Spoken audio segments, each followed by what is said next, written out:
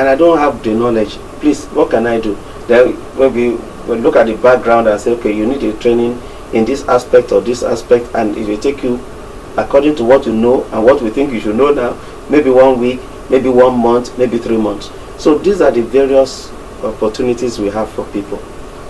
Thank you so much, sir. Now we'll move away from OFFERCentre a bit, and I would like you to compare the state of entrepreneurship in Nigeria to the rest of the world. What do you think entrepreneurship in Nigeria is all about right now?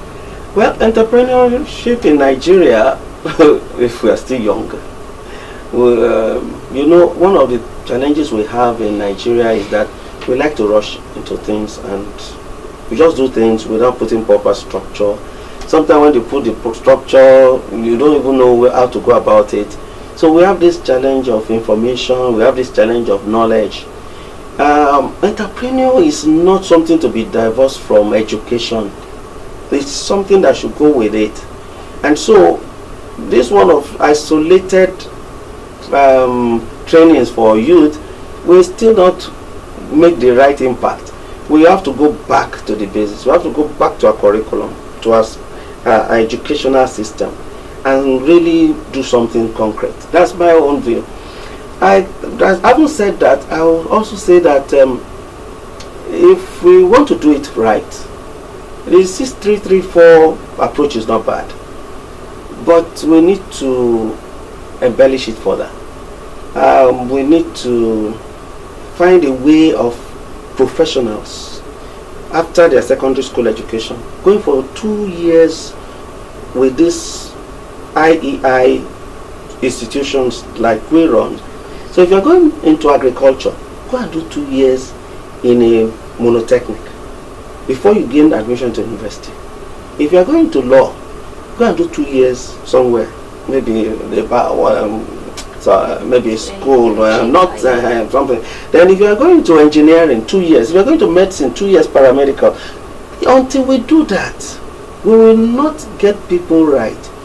So how would I go further to explain this? When you leave the secondary school and you gain admission to University of Ibadan, agriculture, and you know the lecturer is talking all those big things, terminologies and things, you just be writing. Most of the time you don't even know anything until the penultimate year, about to graduate. You now realize, but it's too late to start doing anything. So you just come out and they are empty. They don't know what to do with themselves. They just get the certificate, they don't know what to do with it. So we have that a lot now. And if you are doing something and it's not working for you, why don't you change it? But if you now change it and say, okay, we have proposed really these 2 years for everybody who wants to go into this particular course, agriculture, then you go into an institution like OFFERCentre. By the time you come out for the 2 years and get direct entry into University of Ibadan, the lecturer is talking, you are asking questions. It's a dialogue. It's not they just pump something into your head. You don't know. You know it and you are trying to know better. You are trying to get more information. So you are slowing the lecturer down, you are asking questions, you are saying, why don't you do it this way? You go home and think about it, you absorb it. And by the time that person graduates, is a different person. So what the challenge you are having is actually, for me, is a structure. And until we take the bull by the horn and do what is right, we will continue to dance around the bush like we are doing now. Oh, everybody want to farm. Then some people go in and they don't make money, they come out. Farming is not good. Who says it's not good? You didn't do it well. Then all the kind of things. So we are still not right with it. Let me put it that way.